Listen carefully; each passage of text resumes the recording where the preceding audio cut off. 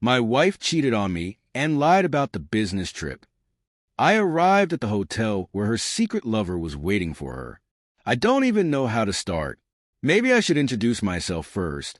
My name's Ryan, just an average guy living what I thought was a pretty average life. I've been married to my wife, Lauren, for 10 years.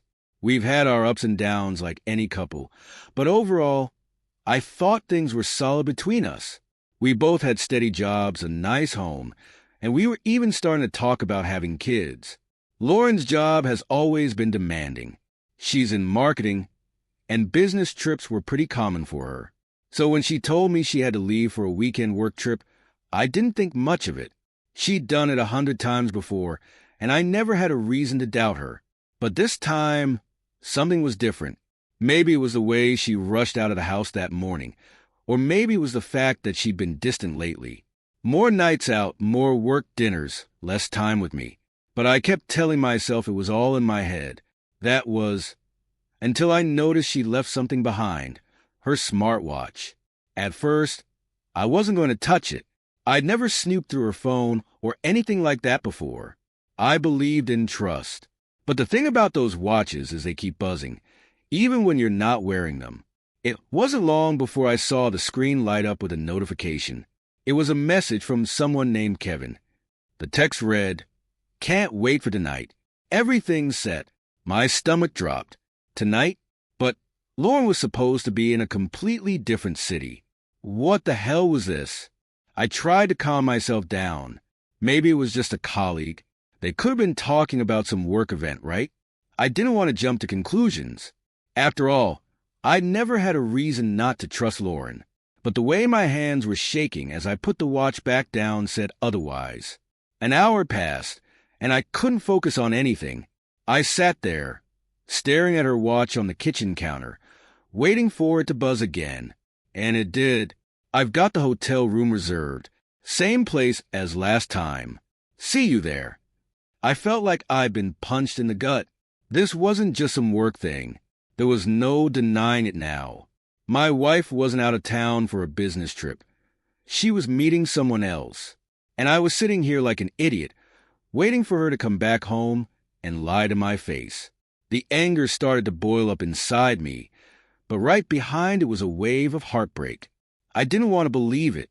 How long had this been going on? How many lies had she told me? After reading that second message, I felt like the ground had been pulled out from under me. I couldn't sit still anymore. My mind was racing, and the anger inside me was growing by the second. I paced the living room, trying to make sense of what I'd just seen. How had I missed all the signs? The late nights at work, the sudden increase in business trips, the way she'd started getting dressed up more often, wearing clothes I hadn't even seen before. It was all right there, staring me in the face, and I'd been too blind to see it. I told myself maybe, just maybe, there was a logical explanation. Maybe I was overreacting, but that was just me trying to protect myself from the truth. Deep down, I knew what was happening. I grabbed her smartwatch again and scrolled through the few messages that hadn't been deleted yet. Some were short, almost cryptic. Stuff like, "Last night was incredible," and "I can't wait to see you again." Each word felt like a slap in the face. The reality of it was too hard to ignore now. This wasn't some innocent misunderstanding or a work thing gone wrong. She had been lying to me, sleeping with someone else behind my back. The woman I'd loved for 10 years, the one I'd built a life with, was betraying me. I put the watch down, my hands shaking. For a moment, I didn't know what to do. Should I call her and confront her right away?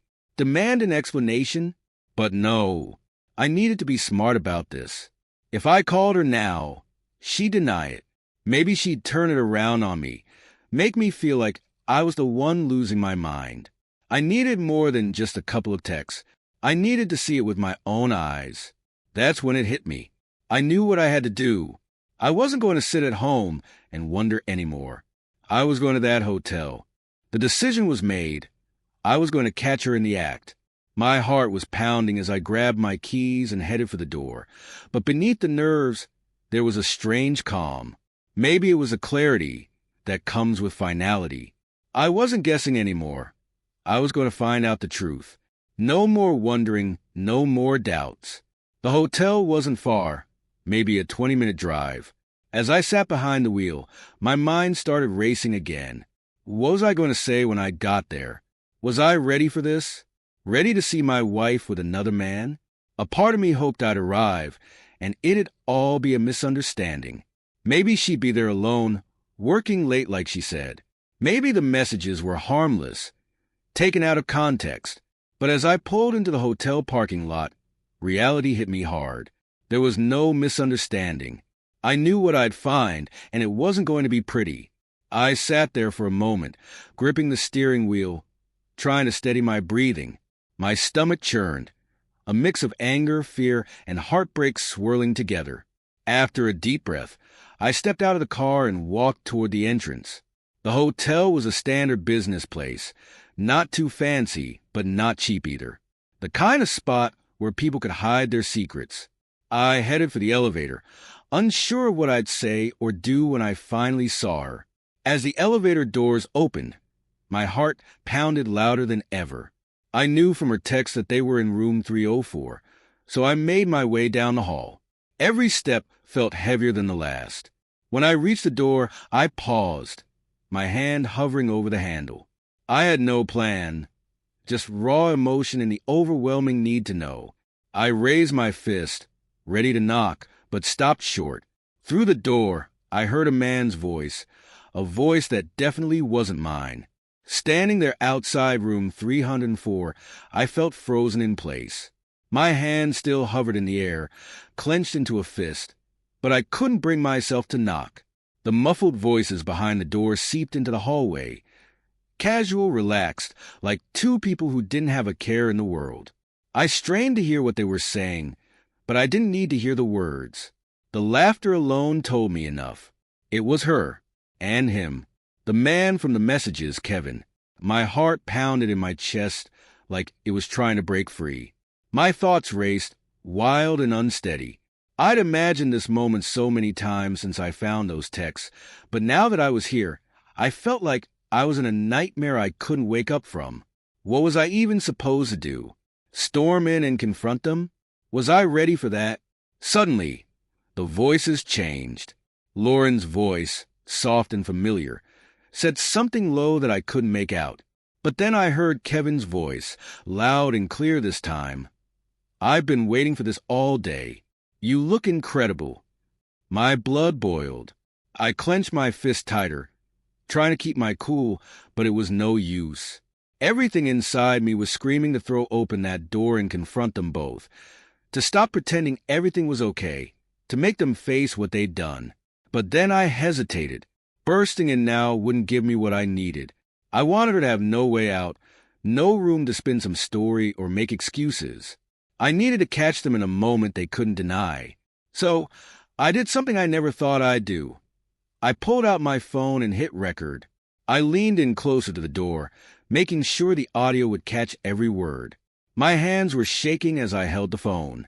Part of me wanted to smash it into a million pieces and walk away. But I couldn't. I had to finish what I started. I had to know everything.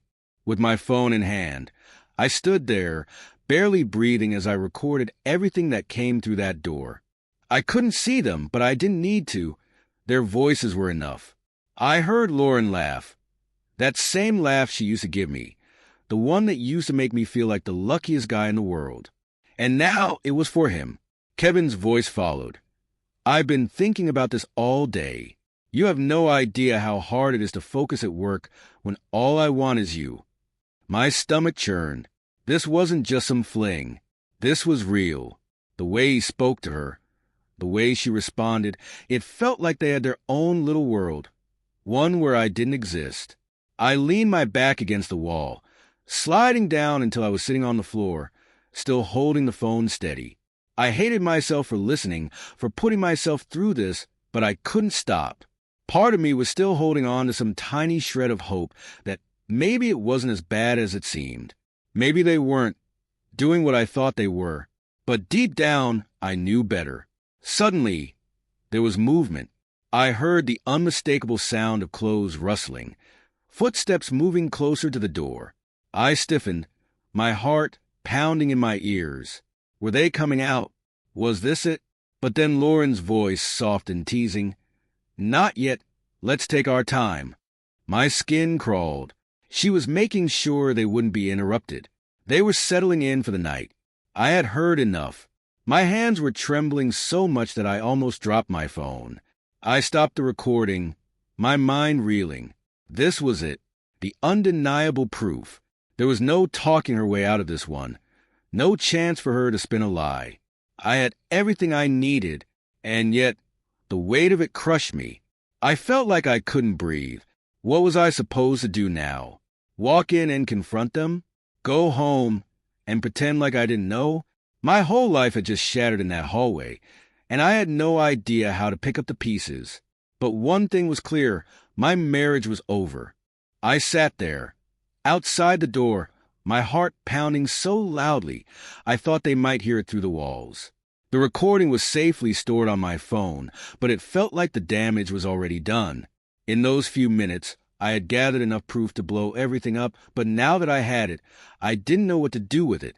Part of me wanted to burst through that door, to make them both feel the pain I was feeling, to look Lauren in the eye and see her reaction, watch her crumble when she realized her secret was out.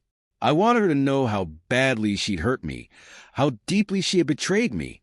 I wanted Kevin to feel my rage, to understand that he had destroyed something I thought was unbreakable. But I knew that once I opened that door, there was no going back. If I confronted her here, right now, in the middle of this, I would lose control. And that terrified me. I didn't want to be the guy who lost it, who let his emotions turn him into something else. I needed to be smart about this, not impulsive. So I stood up, legs shaky, and walked away from the door. It took every ounce of strength I had to keep moving.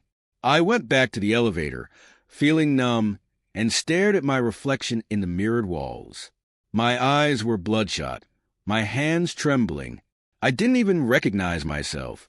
The ride down to the lobby felt like it took forever. Once I stepped out of the hotel, the cool night air hit me, and I realized I hadn't taken a full breath since I'd walked in. I leaned against the side of my car, trying to calm the storm raging inside me. What now? I had all the proof I needed. There was no denying what was going on anymore. But what was I supposed to do with it? Go home, sit her down, and tell her it was over? Or should I wait until she came back from her trip and pretend for a while longer? The thought of seeing her smile at me like nothing was wrong made my skin crawl. The hardest part wasn't even the betrayal itself. It was the lies. All the time she looked me in the eye and told me she loved me, while behind my back she was planning nights like this with him. I thought I knew her. I thought we were building a life together, a future. But now it felt like all of that was a lie, too. As I sat in my car, gripping the steering wheel so hard my knuckles turned white, I realized something. I wasn't going to confront her. Not yet. I needed to figure out my next move, make sure I had a plan. This wasn't going to end with a screaming match or a fistfight. I was going to handle this on my terms. I wasn't going to let her dictate how this ended. No. I was going to make sure she paid for every lie she ever told me.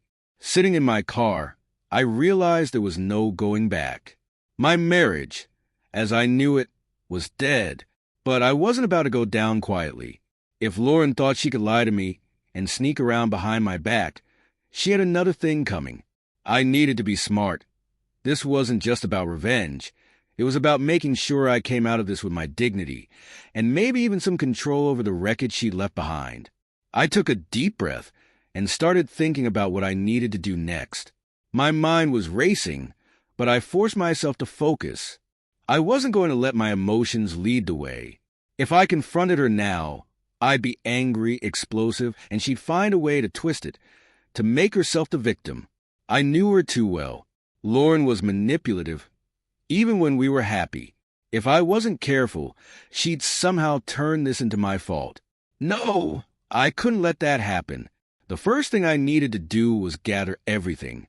The texts, the recordings, every bit of evidence I had. I already had the recording from outside the hotel room, but I needed to be thorough. I had to think a few steps ahead. This wasn't just about confronting her. It was about making sure she had no way to wriggle out of the truth. Once I had that, I could decide how to play it. But I also needed legal advice. I wasn't an idiot. I knew that divorces could get messy, and if I wasn't careful, I could end up on the losing side. Lauren had always been good with money, and if I let my emotions take over, she'd come after everything. The house, our savings, hell, even the dog. I wasn't going to let her take it all. I pulled out my phone and started making a list. First, I'd call a lawyer, someone who knew their stuff and could help me figure out how to approach this without getting burned. Then, I'd gather more proof. I needed to make sure I had every bit of leverage possible.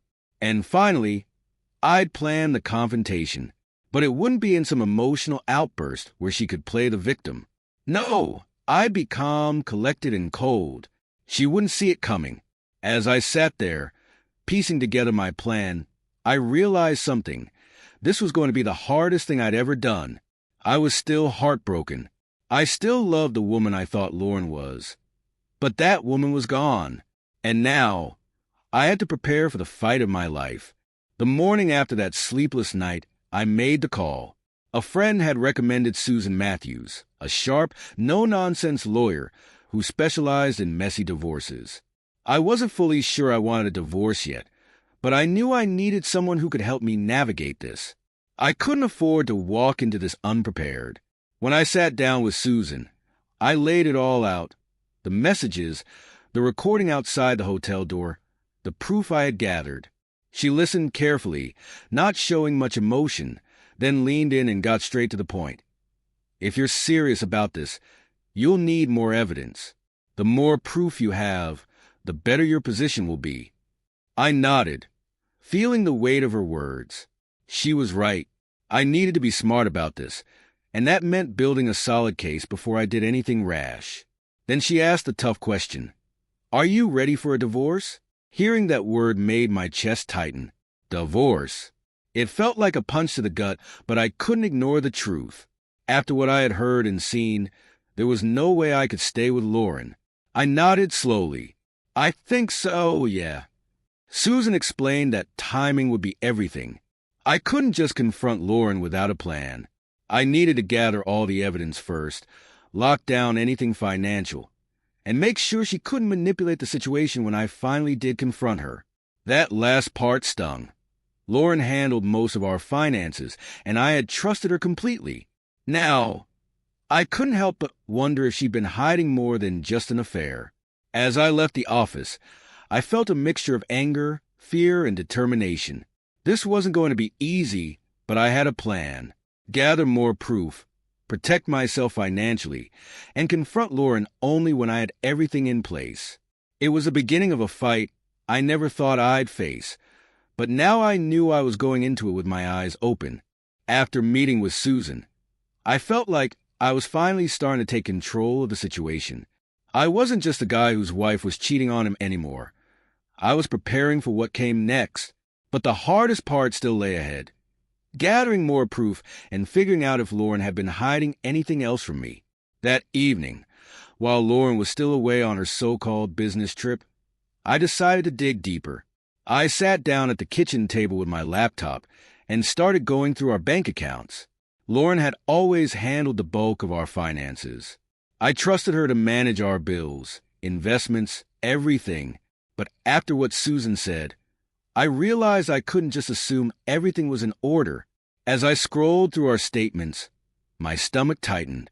At first, nothing seemed out of place, just the usual payments, groceries, utilities.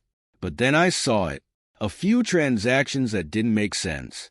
A hotel charge, dinner reservations at places we'd never been together, spa treatments I never knew about. They all lined up with times when Lauren said she was away for work. It hit me like a ton of bricks.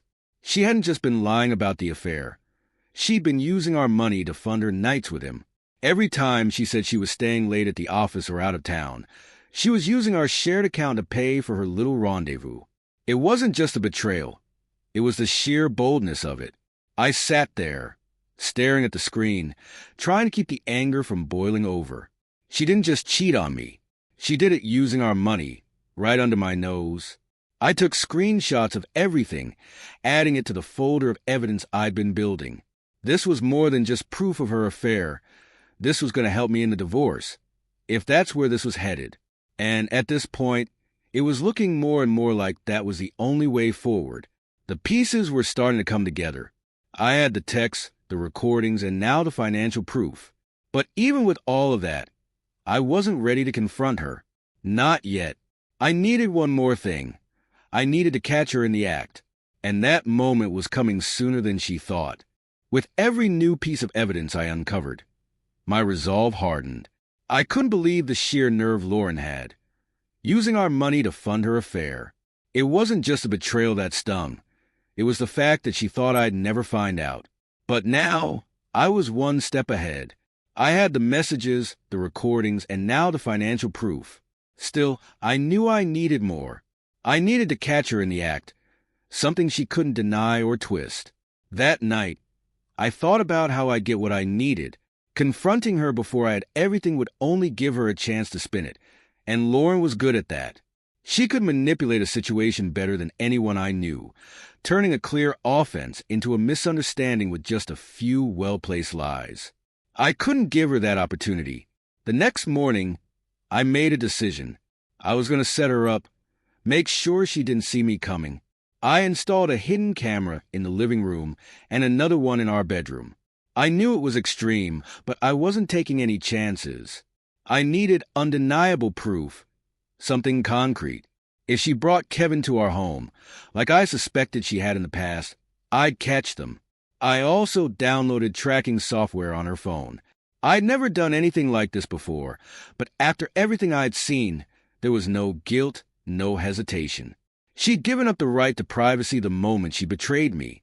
Later that day, Lauren texted me, saying she'd be home the following night.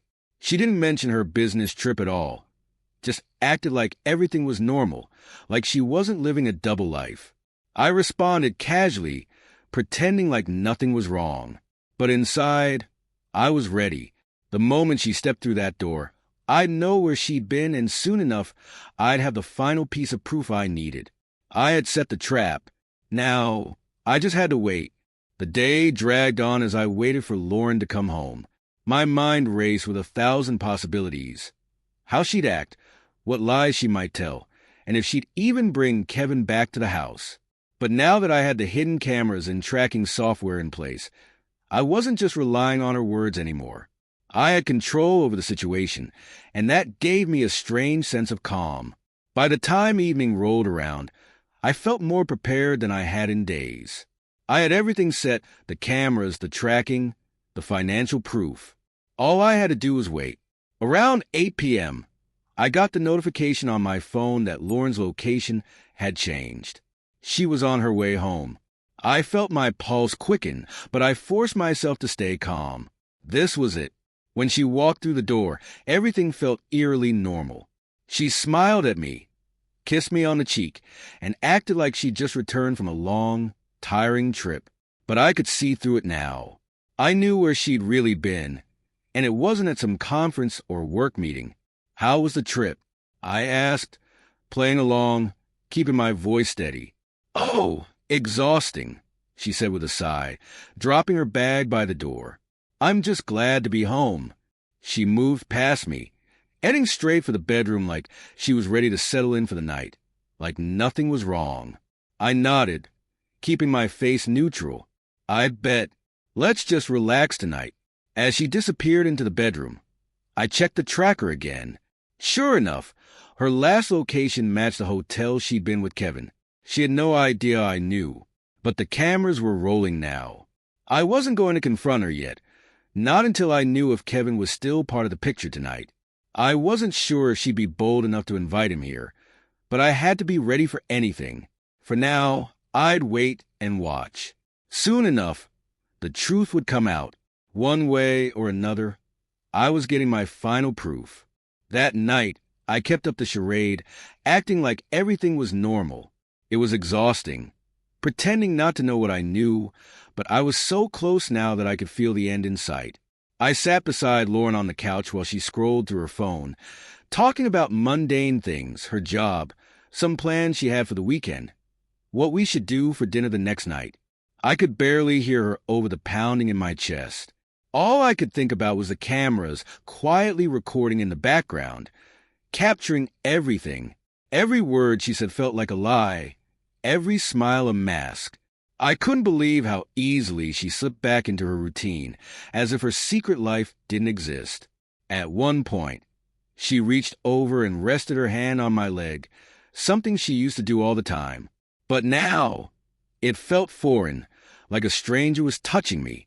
I swallowed the urge to pull away, trying to keep the act going a little longer. "I missed you," she said, looking at me with those same eyes that had lied to me for who knows how long. "Yeah," I muttered, not trusting myself to say much more without my anger showing. The night dragged on, every minute stretching out painfully. I didn't know if Kevin was going to show up that night, but I couldn't let my guard down. I watched Lauren closely, waiting for any sign, maybe a text, a call, anything that would confirm my suspicions. Around 11 p.m., Lauren got up and said she was heading to bed. I nodded, acting like I'd follow in a few minutes. But as soon as she disappeared into the bedroom, I pulled out my phone to check the tracking software again. Her phone showed no signs of contact with Kevin, no new messages or calls. Maybe she wasn't going to invite him over tonight, but that didn't mean anything. It didn't change what she had already done. I had enough proof now to confront her, but I hesitated. I needed to catch her at her most vulnerable, when she least expected it. Tomorrow, I thought, tomorrow, I'd put an end to all of this. For now, I'd let her believe she was safe, that her lies were still hidden. But the storm was coming, and she had no idea what was about to hit her. The next morning, I woke up early, the weight of what I had to do pressing down on me. Lauren was still asleep, curled up in bed like she hadn't betrayed me in the worst possible way. I stared at her for a moment, wondering how things had gotten this far. How had I missed the signs? How had she lied so easily? But I couldn't let myself get lost in those thoughts.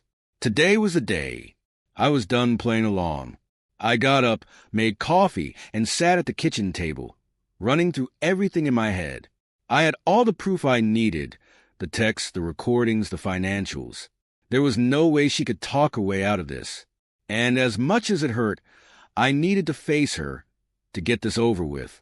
Around 9 a.m., Lauren wandered into the kitchen, still groggy from sleep. She gave me a soft smile as she poured herself a cup of coffee, completely unaware of what was about to happen. "Good morning," she said, sitting down across from me. I didn't respond right away. I just stared at her, feeling the tension build in the room.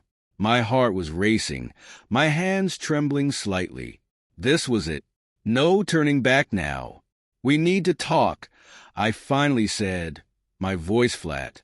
She looked up at me, her expression shifting slightly. "What's wrong?" she asked, her voice cautious. I leaned forward, locking eyes with her. "I know about Kevin." For a split second, I saw the color drain from her face, her eyes widening in shock. She opened her mouth to say something, but no words came out. The silence hung in the air between us, thick and heavy.